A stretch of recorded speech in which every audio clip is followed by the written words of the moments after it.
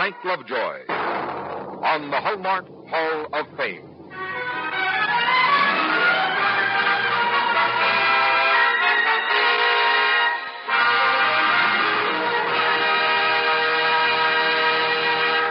And here's our distinguished host, Mr. Lionel Barrymore.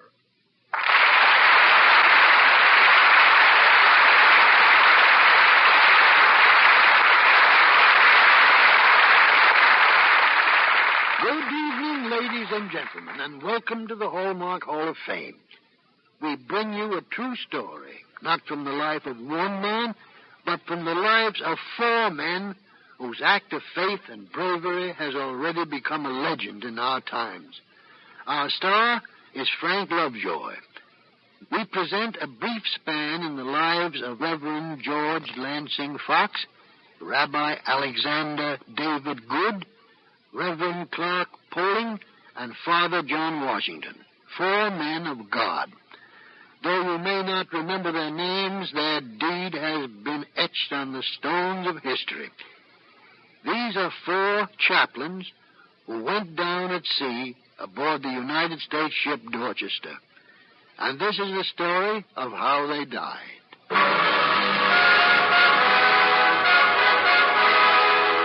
Winter and the year 1943. Time of the monster tank on the desert. Time of the strafing plane on the clotted roads of Europe. Time of the dripping jungle, booby-trapped, silent, then screaming. Time of war, of ration and of refugee. And time for something else. The intimate things, person to person. The small talk and the long silences. And the farewells. Goodbye, Wyatt. Goodbye. As said by Reverend George Lansing Fox to his son in a place of Vermont white with snowfall. Teresa, look at me. Goodbye, Teresa. As said by Rabbi Alexander David Good to his wife Teresa while their child slept. Well, goodbye, Father. Yes, so soon. Goodbye. As said by Clark Poling, minister, to his father. So long, Ma, and don't worry, Ma. As said by Father John Washington, priest of the parish of St. Stephen's, to his mother. Farewells as made by four men of God, who in youth had been poet, scholar, soldier, altar boy, and were chaplains now in the Army of the United States. Methodist, Jew, Reformist, Catholic. Who, with other men of their faith, boarded the troop ship Dorchester, as she lay at anchor in a port of Massachusetts loading cargo and the young GIs, to sail the dark winter waters of the North Atlantic, to a wasteland of war, to a rendezvous with destiny. And the cabin assigned them to the Four Chaplains. On its wall, a small loudspeaker.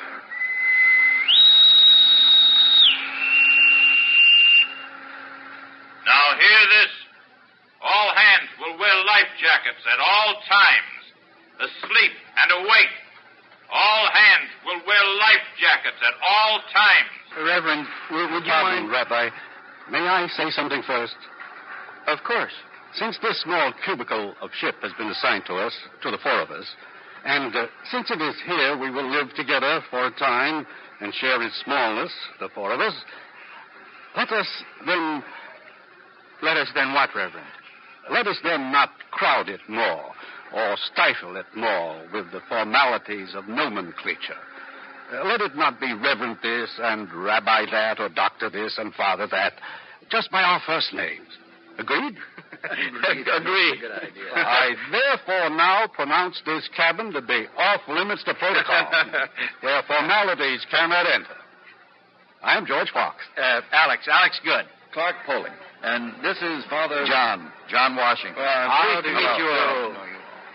Now, what is it you're going to ask me, Alex? Well, if you'd help me with my life jacket. With your May West?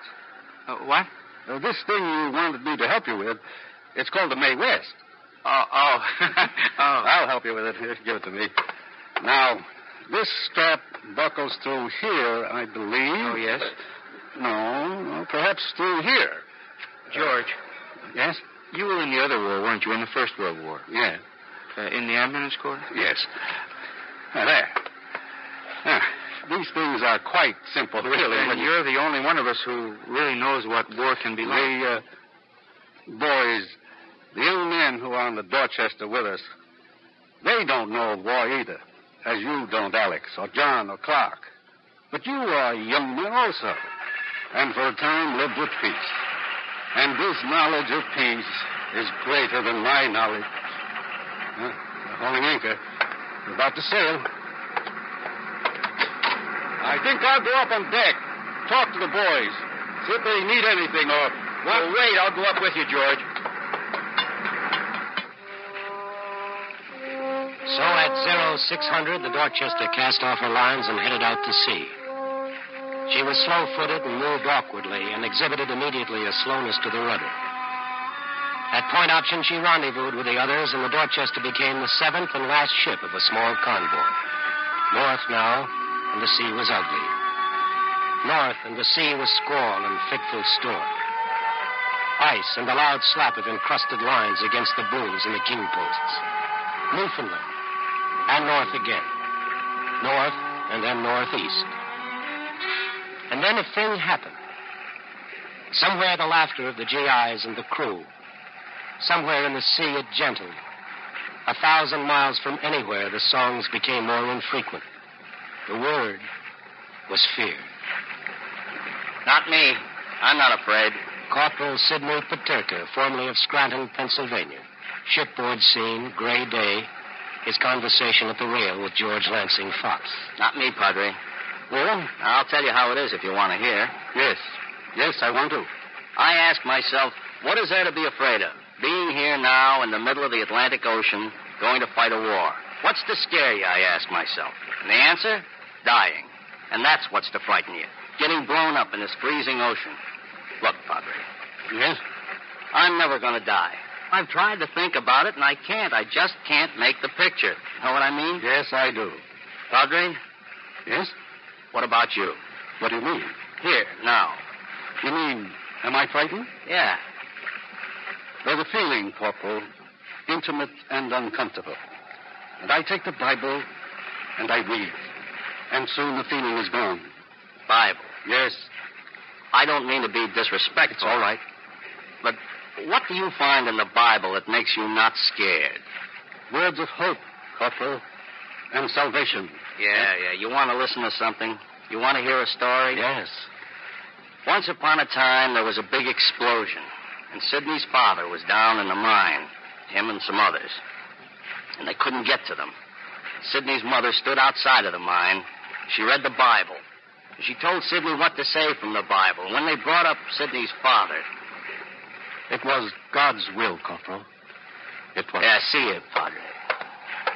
And walked among the men 4 chaplains, always with a word of cheer, always with some small token to make their strange life at sea a little easier to live through. Now hear this. Radio shack aboard the Dorchester out of Massachusetts, bound for Greenland. Day and night the unceasing chatter. Positions and instructions in code to the high officers of the ship. Nevertheless, it became this, scuttlebutt to the men below decks. I'm telling you. There's a sub following us. Did you see it? Boy, I know. I ain't telling you how I know, but I know. You ask Sergeant Hardesty. Hey, Hardesty, come here a minute. And in another few hours, in the captain's cabin... Skipper? Come in, gentlemen. Thank you. How are you, Rabbi? Father? Oh, Just fine, thank you. What can I do for you? We're the victims of a promise, Skipper. Oh? Yes, several of the men came down to our cabin. You must understand they have permission to do this any time they want. Yes. And? Scuttlebutt. Scuttlebutt? The men picked up the term from your crew, and we picked up the term from the men. What scuttlebutt? That there's a submarine following us. Oh?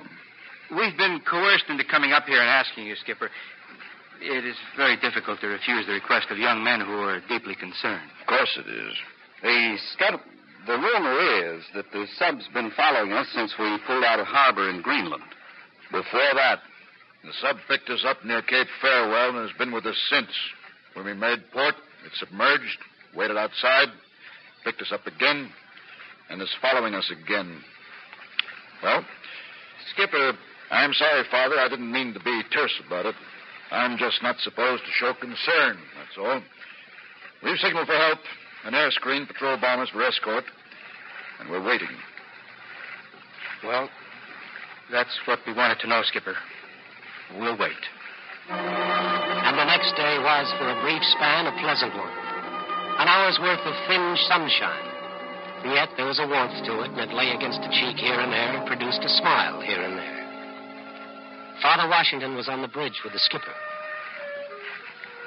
It's not so bad. They're under Murmansk now. Pure poison. Almost no one comes back from that. But that's not what you came here for, is it? My general impressions as to what runs are tough, which ones are easy, which ones are... Father. Yes? I had a message a little while ago.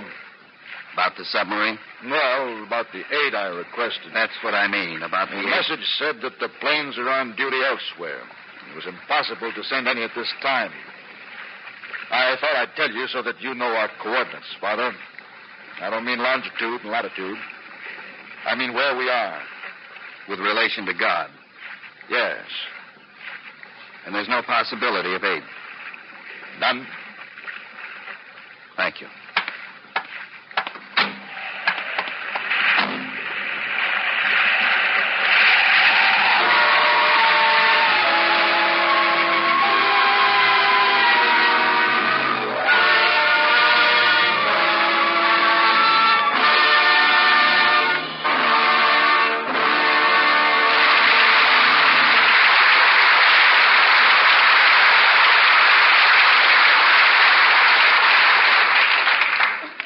And now Lionel Barrymore brings you the second act of our true story of the Four Chaplains, narrated by Frank Lovejoy.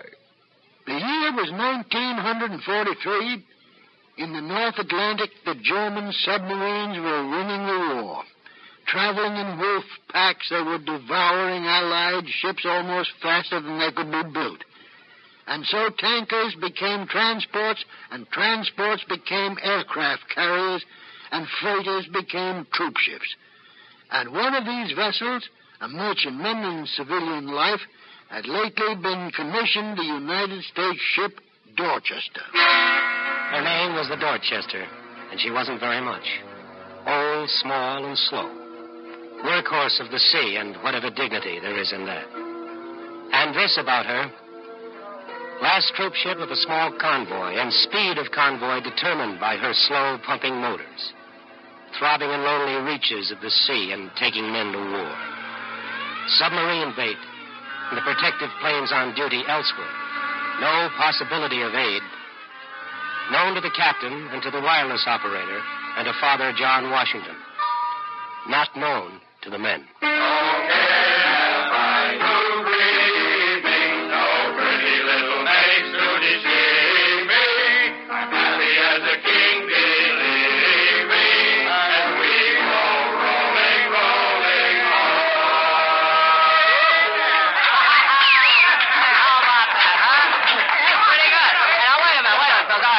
Pipe down. Okay, Reverend. It's your turn. What's it going to be? Well, do you know Eternal Father, strong to save, Corporal? Strong to say. Let me see.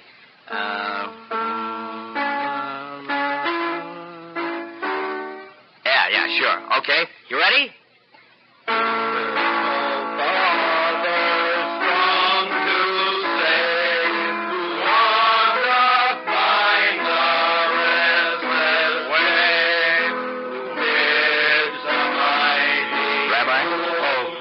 Washington, we were speaking for a moment. Holding's got him going again, a hymn for a ballad. I was talking to the skipper a few moments ago. About the submarine? Yes. We've heard, Holding and Fox and myself. You finally got to sleep, so Rabbi. Yes? Shall we join the party? After you, Father. No. After you, Rabbi.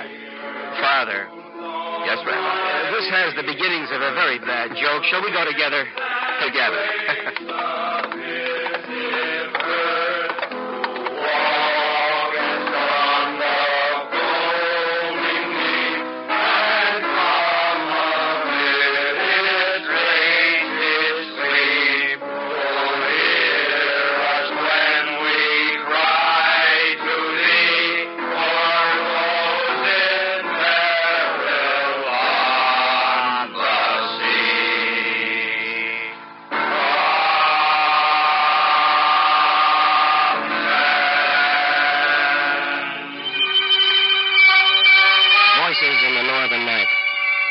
some time later, almost suddenly, the end of it to the ballad and the hymn.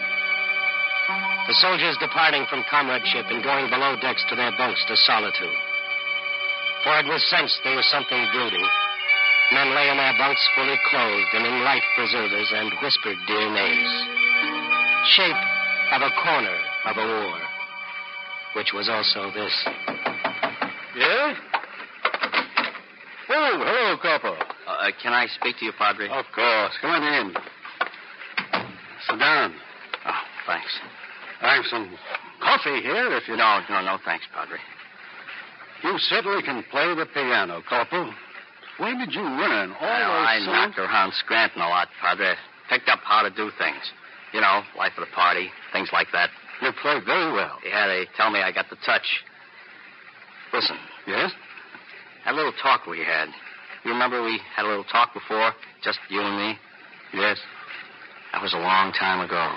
Yes, it's been a long voyage. Yeah, long enough to think about a few things. I've been thinking about them. And, well, I've been thinking about them. Back and forth. Changing course 100 times, just like this tub we're on. And I finally got something figured. What? Like how wrong a guy can be. Like how he brags to a padre that nothing can scare him. Brags it to his bunkmates. Nothing can scare him, he says. Not one thing. What's dying, he says. Dying is dying, he says. Because he dreamed his old man dead 1,000 times in the mines. And it finally happened, for real. Padre. Yes? Maybe not before, maybe not ever before. But now, right now, I'm scared. We're all... Now, there's talk. Yes? About a submarine that's supposed to be following us. Death follows us all the days of our lives, Corporal. And suddenly it leans close and brushes against us. Then it's true. Yes. And do not fear it. Really? What do you mean? I mean, really? You're not scared? I don't think so, Corporal. What once I thought was the sensation of fear, I believe now to be the closeness of God. Listen. Yes? Listen, it's funny. I felt I had to ask you something. What I came down here for. What I really came down here for. What? I want to borrow a Bible. Of course.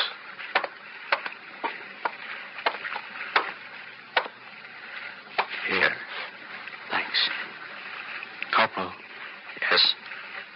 It's all right to be frightened. It's how God tells you to pray. Thank you, Padre. Something happened. The Dorchester sailed over an invisible boundary, and it was the Arctic Sea. And this was good. No submarine will dare follow us into this ice. Said the rabbi, sailor now and therefore knowledgeable about such things. The ice would rip open a submarine as if it were a tin can. And icebergs, most of them are underwater. Greatest hazard there is for a submarine. Said the young minister, sailor also and also knowledgeable. Listen. What? Listen. The ship's engine. Yes. We slowed down. Yes, we have. I wonder why. The ice. Skipper's being careful. The icebergs and the pan ice. Pan ice? That's the ice that the keel can cut through. Oh. Father Washington's a big reader, Poling. Pan ice. My. Something else I know. My. From here on till we get to port in Greenland, Skipper will keep running her at half speed. And if he doesn't, Mariner? Why, I'll just go up to the bridge and have a little heart-to-heart chat with him. I'll say, Skipper, it has come to my attention that you have ordered full speed ahead, that you're too eager to make Greenland port of call. Perhaps you've overstepped your authority, sir. Therefore, I suggest, sir, that you bring her back to half speed again, for we're far enough north now, sir, to come soon into the protecting umbrella of patrol planes. 2 bells. 1 o'clock. My. Oh, the things I've learned. Yes, the things we've all learned. The things...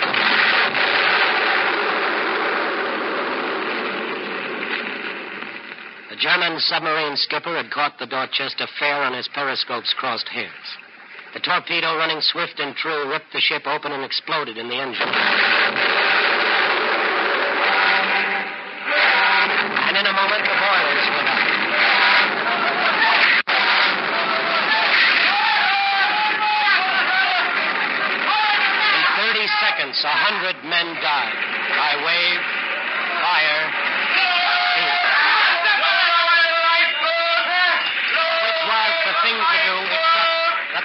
boat was overcrowded, which caused it to overturn into the sea. To be noted, the life expectancy of a man in these frigid waters is somewhere between 18 and 40 minutes. Now, in the blackness of this night of terror, here were four chaplains. Padre, I've lost my life jacket. I can't swim. I'll drown. Take this, soldier. I won't need it. And there, where the deck was already awash, You'll be all right, son. You'll be all right. I'll carry you. Hold that raft. Here's one more. and midships, Over the side, soldier. Quickly. Quickly. I'll help you. and on the afterdeck, Tie this around you. And this. I'll go. And God bless you. and somehow they came together, the four chaplains, each without a life jacket. Somewhere off in the sea, four men were cheating death because of them. And the chaplains linked arms. Our Father which art in heaven, hallowed be thy name. Thy kingdom come, and thy will be done as grace in nomine Patris et Filii et Spiritus Sancti. Shema Yisrael, Adonai Elohim, Adonai. Forgive us our trespasses, as we forgive those who trespass against us. And lead us not into temptation, but deliver us from evil.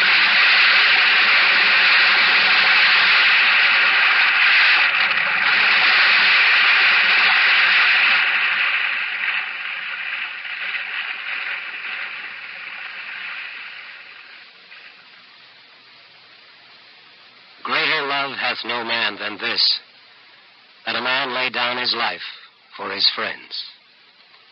And so this was a sea of glory.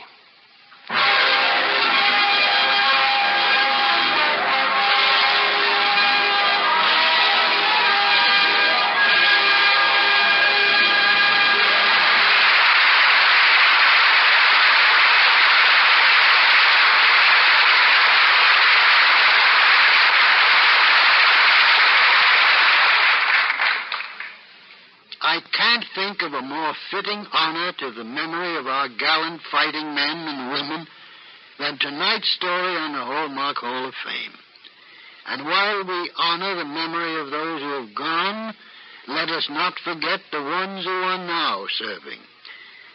Well, Frank Lovejoy, my congratulations on a really moving narration. It was magnificent. This is Lionel Barrymore saying good night.